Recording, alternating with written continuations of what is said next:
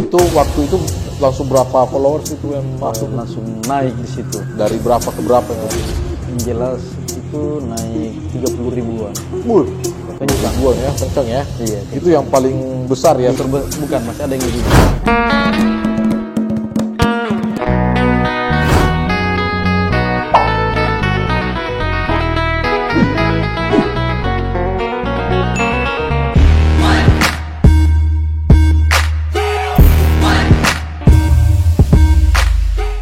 Halo, assalamualaikum warahmatullahi wabarakatuh. Kembali lagi dengan saya Tirus Warman di Carita Anak Mandar. Hari ini saya ada di Mamuju ya, luar ya. Saya di Mamuju mengeksplor Mamuju seperti apa. Sudah berapa lama tidak ke sini. Dan saya ke sini akan ketemu salah satu teman saya. Ini kata orang tidak viral itu informasi kalau tidak masuk di Manakara Info. Manakara Info ya. Nah ini dia Ansyari. Bagaimana kabar? Alhamdulillah. Alhamdulillah. Nah ini apa kita ngobrol dengan Ansyari ini apa untuk menggali seperti apa anak muda di Mandar dalam hal bermedia sosial. Ansyari ini salah satu yang menurut saya berhasil karena melalui fanpage Info Manakara ini sudah mencapai 100.000 lebih ya followers ya. Wah luar biasa itu. Itu berarti sudah berapa dibanding dengan warga Mamuju itu. Nah, bisa cerita Bung Ansyari, bagaimana awalnya sampai kita bisa bikin itu apa namanya Manakara Info itu? Itu dimulai suka bermedsos. Suka bermedsos. Ya, waktu kuliah di Makassar dulu masih diajar zamannya Friendster. Nah, Friendster. Masih main Friendster. Oke. Suka bermedsos, kebetulan kuliahnya juga pemerintahan itu. Oke. Di mana? Di kampus mana? Di Universitas Muhammadiyah Makassar. Oh, Unismu ya? Iya, tapi Unismu tidak selesai. Tidak selesai. Terus? Pindah ke Universitas Indonesia Timur. Kegemaran bermedsos itu mulai pertama Facebook awalnya sebenarnya itu Mamuju Butuh Perubahan. Oh, Mamuju Butuh Perubahan. Nama pertamanya Manakara Info itu ya? Enggak, masih Facebook. Oke, masih Facebook. Belum fanpage-nya gitu ya? Nah, itu mengelola lebih ke menggiring tentang opini politik di Mamuju. Itu tahun berapa itu mulainya tuh? Mamuju Butuh Perubahan itu sejak kuliah di Makassar 2008. 2008 ya? 2008 ya. Nggak lama seiring berkembang di Facebook itu akhirnya muncul fitur baru namanya fanpage, halaman. Ya, halaman ya. Halaman ya. Saya sering ikuti, sering belajarnya itu di YouTube. Oh, belajarnya di YouTube. Iya, belajarnya di YouTube. Bagaimana mengelola ini. Oke. Bisa sampai pagi tidak tidur. Mulai malam. Nonton saja itu di kamar. Gitu ya. Berarti memang betul-betul belajar begitu ya. Belajar betul. Belajar juga bagaimana mulai alur monetisasinya, bagaimana. Pokoknya tidak tidur itu kalau tidak tuntas. Gitu ya. Iya. Itu kenapa tertarik awalnya dengan fitur itu? Apa yang membuat tertarik? Karena sebenarnya lebih tertarik bermain di belakang layar sebenarnya. Oh begitu. Berarti ini baru pertama muncul depan layar. Bisa dikatakan begitu ya? Iya. Kadang live itu orang masih banyak bertanya, yang mana orangnya? Oh gitu. Nah ini orangnya ini. Cuma seiring perkembangan masyarakat juga, saya juga tidak mau dikategorikan bahwa orang membuat berita atau opini-opini hoax di belakang tidak tahu orangnya, makanya seiring perkembangan juga orang publik sudah perlu tahu juga. Oke. Dan mulainya kapan ini Info Manakara? Info Manakara itu di 2017. Iya, 2017. Sebenarnya 2016 itu sempat pelatihan di Jakarta. Oh, sempat ada pelatihan dulu. Itu sampai bisa ikuti itu karena memang sudah mau fokus atau bagaimana? Dulu berpartai. Oh, di partai orang parpol dulu. Saya orang parpol. Sudah awalnya di parpol itu sempat maju caleg juga 2014. Oh, sempat caleg, tapi gagal. Caleg gagal. Caleg gagal tapi baru tinggalkan 2012 tinggalkan kampus di Makassar. 2014 coba peruntungan maju caleg, coba main di belakang layar, kelola sendiri. Ya ndak lolos, yang tidak rezeki. Bergerak sudah main di balik layar saja. Sudah benar itu. Berarti Bapak mungkin rezekinya di tempat lain gitu ya, di medsos gitu ya. 2015 berpilkada ngikut sebagai tim publikasi medianya, Oke. publikasi media, terus di 2016 dikirim partai ke Jakarta. Oke. Kirim partai ke Jakarta. Kalau boleh tahu partai apa ini? Dulu 2014 itu saya maju caleg itu PKPI. PKPI. Iya, Partai Keadilan dan Persatuan. Terus 2016 itu berpartai Hanura. Sekarang sudah tidak berpartai lagi. Ya, udah berpartai lagi sekarang. Fokus lagi adanya. Fokus di media sosial ya. Iya. Lanjut lagi ke Jakarta itu kapan dan apa aja dilakukan di Jakarta? 2016 itu sebenarnya dikirim itu 3 orang untuk pelatihan. Judulnya itu penguasaan publik partai politik. Ya. Tapi yang pematerinya itu ada dari selasar.com, kita bisa, ada dari Kompas, Republika, ada banyak, ada 8 pemateri. Teman 2 itu yang namanya Injak Jakarta hilang-hilang. Hilang ya? Iya, saya memang fokus, bahkan Kang Ipung itu kalau bawa materi jam istirahat, orang pergi makan, saya ngambil makan, pergi duduk di sampingnya. Oke. Sambil bertanya bagaimana anunya Kak, bagaimana mengelola media, bagaimana bermain agar viral ini. Iya. Semua diajarkan. Oke, dari sana lah ya. Dari sana mulai. Oke, saya kembangkan. Saya bahkan mengelola 52 fanpage sekarang. Sekarang? Wah, 52 fanpage sekarang. Yang lain privasi lah. Oh, yang lain privasi.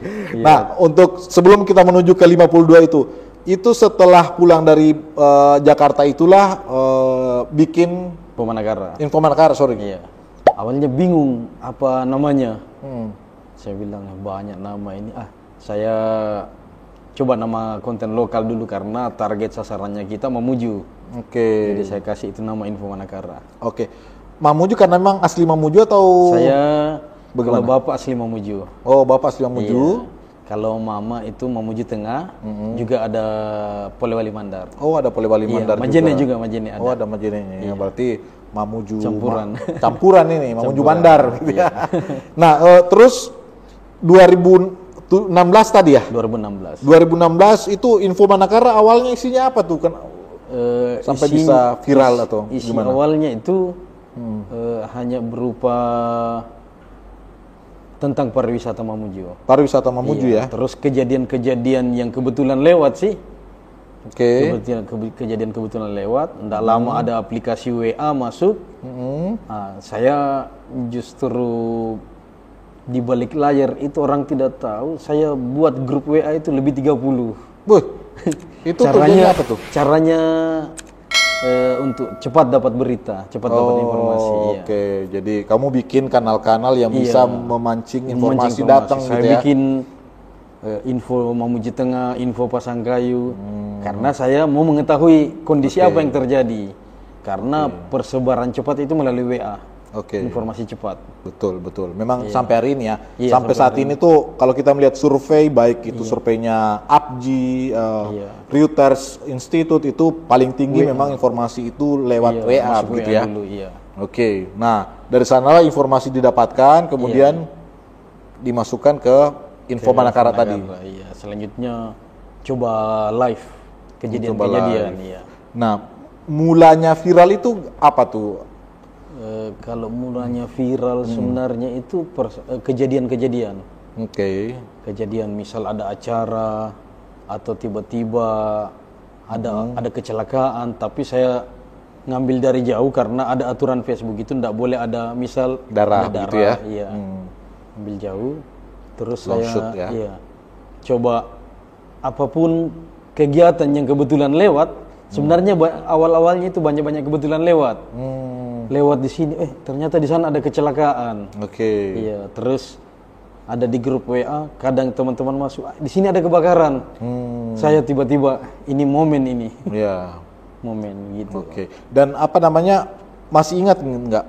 Yang paling pertama yang benar-benar viral itu info apa itu waktu itu? Kalau yang viral sebenarnya itu tentang COVID sih. Oh, tentang COVID awalnya ya? Tentang COVID. Bisa diceritakan bagaimana ceritanya itu? Pertama, kejadian kasus COVID pertama Sulbar. Iya. Kebetulan itu saya tidak cari beritanya.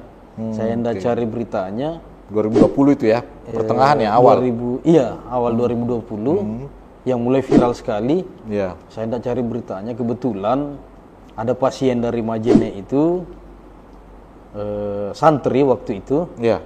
dia agak mengeluh orang tuanya dijemput sampai ke rumah sakit regional, mengeluh orang tuanya karena katanya sudah jam 3 belum dibawakan makan.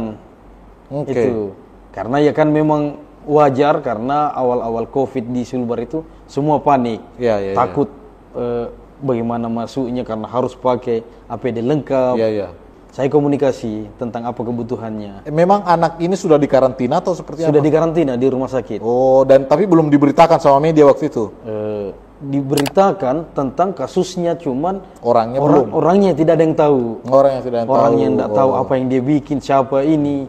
Karena itu privasi. Jadi saya komunikasi, saya coba sering teleponan, saya tanya, "Dek, apa saja kegiatannya di sana?"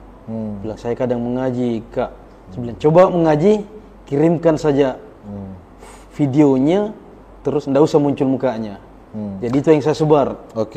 Oh, jadi dari mengaji itulah di-post? Iya, di-post. Itu viral terus. Oh, narasinya apa waktu itu disampaikan di situ? Pasien pertama santri asal Majene itu ngaji di ruang isolasi ya? Iya, ruang isolasi. Itu waktu itu langsung berapa followers itu yang masuk? Langsung naik di situ. Dari berapa ke berapa itu? Yang jelas itu naik 30 ribuan. 30 ribuan ya, kencang ya? Iya, kencang. Itu yang paling besar ya? Iya, awal. Itu yang bukan, masih ada yang lebih besar. Gempa 6,2 Mamuju. Iya. Nah, habis itu gempa lagi. Nah, iya, gempa 6,2. Tahun 2021 ya? 2021. Awal ya? Iya. Hampir 50 ribu. Naik sampai hampir 50 ribu ya? Iya, karena sudah penonton, saya sempat hanya perhatikan penonton, bukan cuma Indonesia. Ada dari Malaysia, ada dari Singapura. Iya. Gitu ya. Berarti dari dalam dan luar negeri yang nonton begitu ya? Iya, banyak. Berarti dari dua peristiwa itulah yang kemudian membuat Info Manakara ini semakin dikenal sama orang gitu. Nah, ini kan bukan proses yang instan ya, walaupun bisa dikatakan ada dua peristiwa besar, tapi ada juga kerja-kerja yang terus dilakukan oleh Ansyari di sini sehingga bisa memimpin di wilayah sini untuk media sosialnya. Nah, apa saja itu yang dilakukan sehingga bisa rame? Gitu? Kebetulan untuk banyak ini caranya saya karena sudah dapat berbagai materi, saya coba pelajari juga nonton YouTube. Jadi saya sinkronkan antara info-info kehilangan, info kebutuhan, info tragedi terkini, bahkan kadang yang coba juga yang lucu-lucu supaya tidak bosan netizen. Oh begitu ya, berarti ada kombinasi informasi ya. Dan pada intinya semua menginformasikan begitu. Ada tidak sejenis teman yang ditaruh di satu tempat, atau memang ini betul-betul informasi dari netizen diangkat sama Ansyari sehingga seperti dari netizen. Rata-rata dari netizen ya. Kalau saya sendiri memang mengelola. Sendiri mengelola ya, bisa sebesar itu, luar biasa. Ini pelajaran ya buat teman-teman di Sulbar ya, kalau mau menjadi seorang konten kreator ya bisa dikatakan ya harus belajar dulu, kemudian mengetahui teknik-tekniknya, dan walaupun sendiri tetap maju begitu ya. Saya cuma ingat pesan waktu materi di Jakarta itu. Hal yang pertama, jangan pernah ketinggalan momen. Iya, misal 17-an, apa tema yang lagi viral itu ikuti, tapi jangan kebablasan. Maksudnya bagaimana tuh jangan kebablasan? Jangan kebablasan, misal posting viral pribadinya orang jangan. Jangan, kecuali misal dia figur publik atau misal dia pejabat, karena itu publik. Iya, kebutuhan publik. Tapi kalau sampai ke privasinya orang janganlah.